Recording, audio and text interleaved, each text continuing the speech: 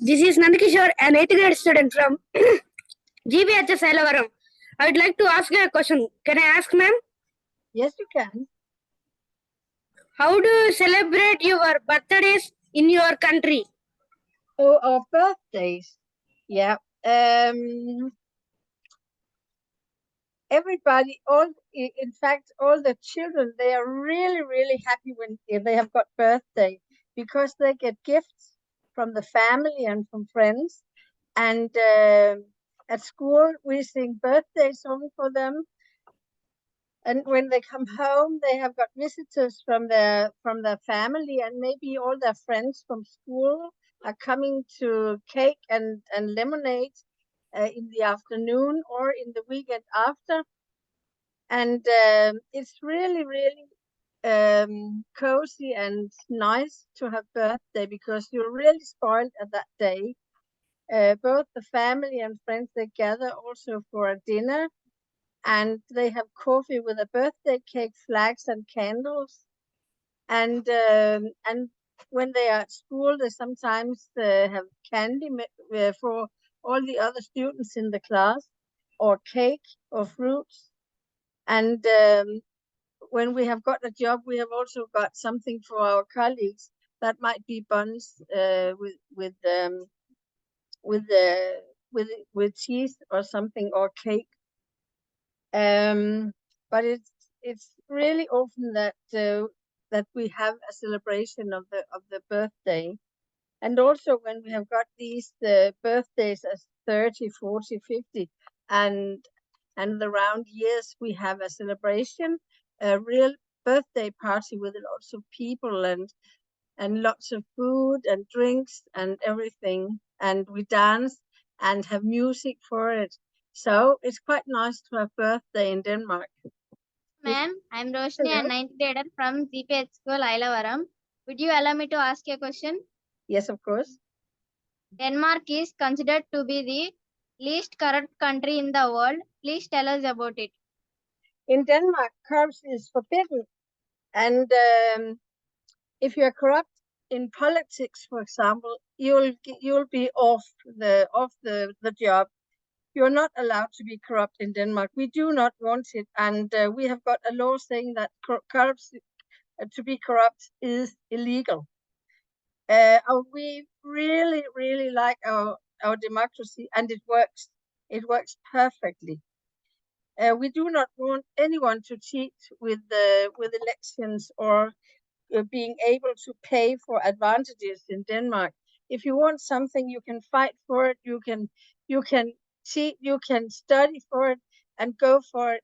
But you have to be clever and you have to be good and honest if you want to have something to say in Danish politics, because otherwise you're not elected next time. And if you show that you're not fit for being in a party or in the government, you're being set off, and you're being evicted. Yes, sir. Hi, ma'am. Hi. How are you? Thank you. You too. Soumya, go ahead. What are the teaching methods in Denmark? Oh, that's very different. It's different from teacher to teacher because we are allowed to do what we find is the best, and it also depends on the classes, how they are, how they learn, and how many they are, because we have got the freedom to decide for ourselves how we want to teach. For example, in the smaller classes, in the younger classes, we play with them a lot. For example, they're teaching English from the kindergarten class and all the way up. And when we have got English and teach English in the small classes and the younger classes, we play with them instead of just reading in a book. We do not read that much in a book in the youngest classes. We play with them and teach them that way, and sing a lot together with them when we teach foreign languages. And we are teaching German from the 5th grade, and that's the same way we do it. We also play word games and everything. We also use a lot of technology, and we have lots of modern equipment. We use home pages, teaching platforms, and things like that. And we also use music and films. Mostly, we are only one teacher per class, but in the younger classes, there's also a pedagogical help. They are 2 there. And in the older classes, sometimes when there are problems or they learn not so good and they don't like to learn, then we are two teachers at one class. Next year, I'm so lucky that because I've had a period where I've not been in my class, I have got one of my colleagues with me so that we can divide the class into 2 groups, and then they learn a lot better. Yes. So we'll have about 10 to 12 students each in some of the lessons where they have got problems. Because there have been too many subs in my class, so they have got problems with some of the things they should have learned, but we're taking care of it that way. We also have tried to have a lot of physical exercises in the teaching, and the government says it's compulsory that we have some physical training also in the normal classes, such as Danish, English, math, and everything. It's a must. And or we also teach outside the as far as we can.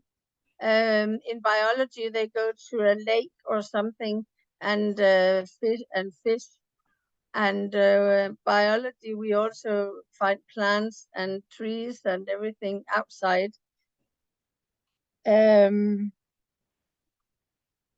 Yeah, that's about that. Okay. And also we really try to make it interesting by choosing some subjects that really interest them. And because we haven't got a curriculum like that, we've got some things they need to learn, but not a curriculum Yes. we have to follow. So we have got lots of choices, Yes. and So it's up to each teacher what to do. yeah, Children, we're yeah. not allowed to hit the children. Yeah. The parents in Denmark can't hit the child. It's not allowed. Oh. They can get punished if they beat their child. They'll get into prison. Wow. They are not allowed to hit or strike or anything, because the child can go to the social services and say, my father hit me, and the police will come and ask him, Okay. why did you do that? It's not allowed in Denmark Yes. to hit at all. So A child who is not behaving, you Yeah. have to talk to them, and you have to make sure that they respect you. Respect is the best way to get through such a thing. My students, they respect me, and they would not do that. And if they behave badly with it's where I'm a class teacher, main teacher, and if they behave badly in other lessons, I talk to them and make them understand that it's not okay, and I'll call their parents. And together with the parents, we always find a way to continue. Okay. And if they really behave bad, they are expelled for it. But we are struggling sometimes. But I think 2 or 3 times this year we have had a student expelled for a couple of days, Okay. and then they can't get back to school before their parents have been there together with them to a conversation. But I don't think we've got these really bad situations, Okay. not at our school, Yes. because we are really strict. And if they do not do their homework, they can stay at the school until they are done. Oh. They can't go home before they have. Yeah. If they continue not doing their homework, then I always say, okay, there's plenty of room for you here. So if you haven't made it for tomorrow, then you'll have to stay until they're finished. That's so nice. So Ruth, Yeah. Do you usually celebrate your holidays? Please share with us. Our holiday, our summer holidays and everything. Yeah. Yes. Let's see. We have got at the moment we have got our summer holidays, and it's very different how we do that, because some people, they go abroad, they go by plane and say, oh, I'm going on holiday and I'm going to stay away for a week or two. But in my family here, my husband and I, we do not travel in the summer, because we are living on a farm and we've got lots of things to take care of. And in autumn also, because there's a harvest. But many people in the summer holidays, they go abroad. Either they take their car and drive through Germany and to Spain, Italy, Portugal, or Switzerland, Austria, you name it, Croatia. Lots of people from Denmark go to Croatia. They go on camping there. They have got their camping wagon, and then they drive through our mobile home. And they just drive and see where they get to and find a nice place to stay. And sometimes they're away 2 or 3 weeks. It depends on how much holiday they've got, and especially when they have got children, they travel a lot. Okay. We travel in the winter time, because we can leave our home at that time, and normally we go to Asia. We have been in Thailand lots of times during the holidays. We celebrate Christmas and New Year's Eve there when we can. This year we are not going because it's very expensive this year. It costs a lot to travel by plane at the moment because of all these environmental things. And so I guess we're at home this year. But otherwise, we like staying in other countries and Okay. walking around, seeing things, visiting, seeing how people are, and we know people in Thailand now. But otherwise, people, they go charter trip in a summer house, camping, biking, hiking. They're also playing a lot of golf, and they're going to the sea, swimming at the coast of Denmark. Also, we have got lots of lovely beaches, and but this year, especially this year after the COVID-19, they go abroad.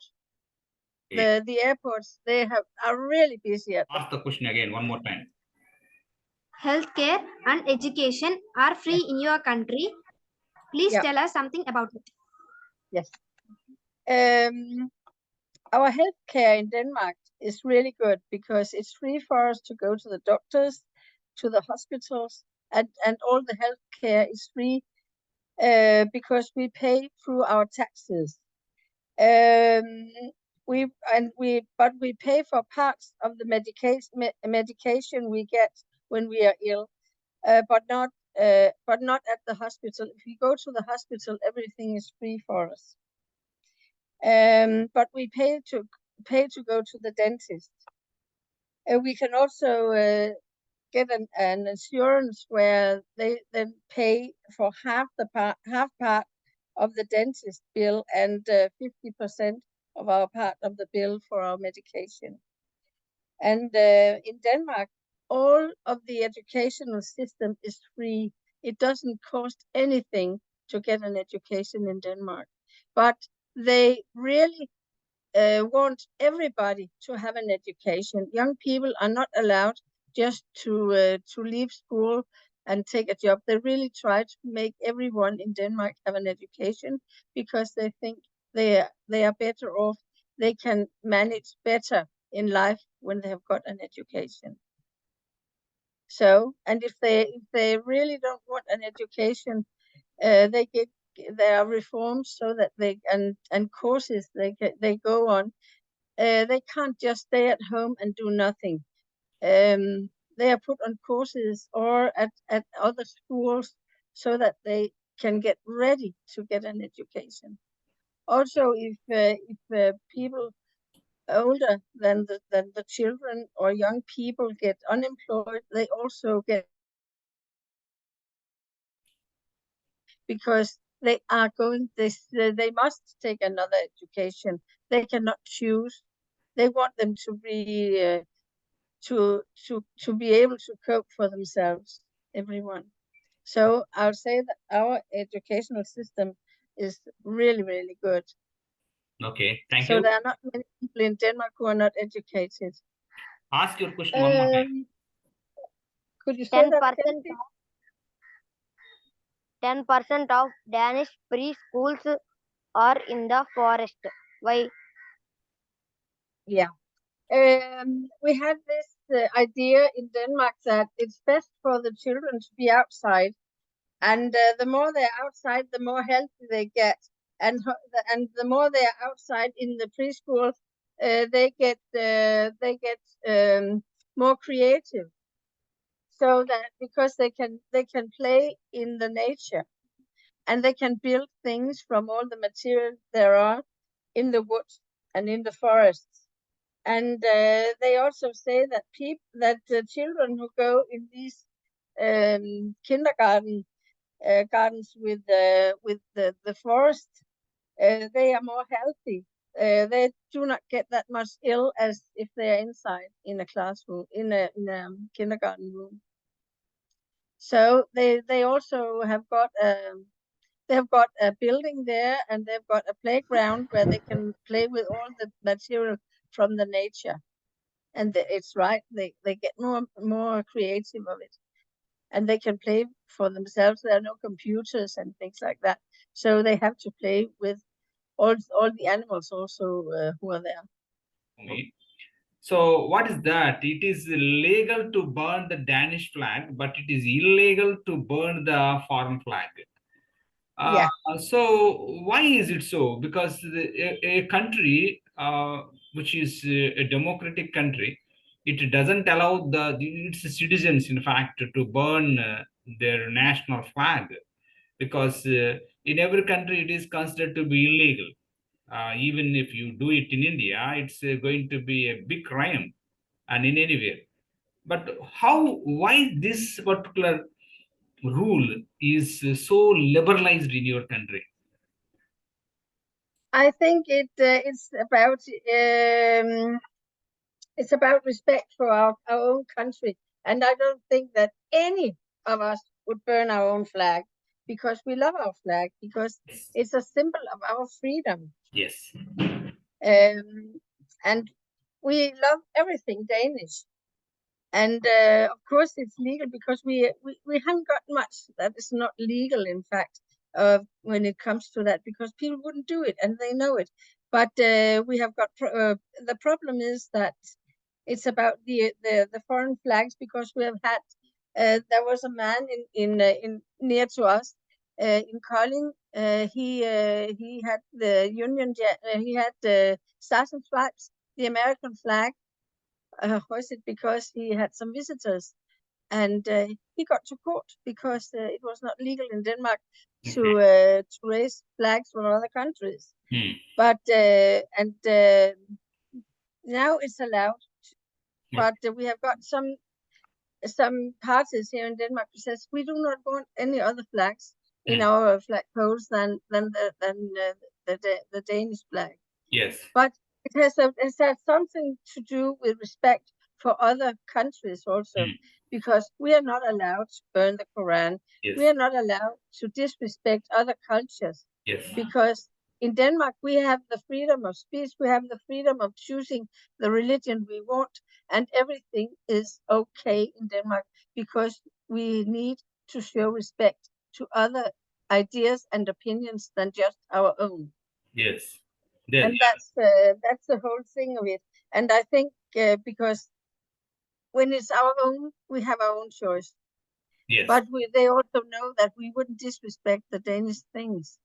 because we love our monarchy. We love everything that is Danish, pure Danish. Of course, we do that. But we have also got some people like a man called Jakob Paludan. He likes to burn the Quran, and he has done it a couple of times. And he is also the reason why Sweden hasn't joined the UN at the moment, because he went to Stockholm burning a Quran, and Turkey, Erdogan, he was not satisfied with that. Okay. But well, they've got lots of problems there. But it has something to do with respect. Yes. So here is another interesting question, that Denmark sits alongside Iceland and Netherlands with the world best pension system.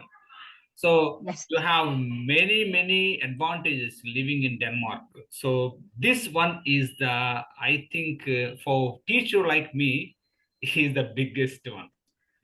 Yeah. It is so that when you have got a job, the company you work for have to pay pension for you, and they put it into a fund. And when you reach the age of pension, you'll get it every year until you die. And you also pay yourself a part, as a certain percent of your pension is something you pay yourself. But the company you work for, you're not getting the money at the moment, but they put it away for you. And for myself, I can say that with the money from the state and the pension I have saved up, I'll get 300 Danish kroner a year before taxes, and then I have to pay tax of that also. Okay. So it's very easy to cope when you come to that, because you can do what you want when you reach the age of your pension time. And I think it's marvelous. When I get 67, I'll get my pension, and I can do whatever I want, because we can still keep our house and our cars and pay for what we do. But the salary in Denmark is quite high, because we have got big expenses. You can see 45% of what we earn we give to the state, so it takes a lot. Okay. So And what is the, on top of that, we also pay when we buy. Yes. What is the average life expectancy in your country? But I'll guess it's in the 80s, about 90 years old. Okay. My mother-in-law, she is 96, and she's still living at home. So. Yeah. Thanks to the good medical care facilities in Denmark. Yeah. Yes. But some people, they also die from cancer and other nasty illnesses, because they are there. But we live longer and longer. Yeah. Question: world's cleanest tap water. World's cleanest tap water is there in Denmark. So whoever that walk We have inside the tap water all over. Okay. Lots of it. We have problems with the tap water. Okay. We drink it from tap because it's so clean.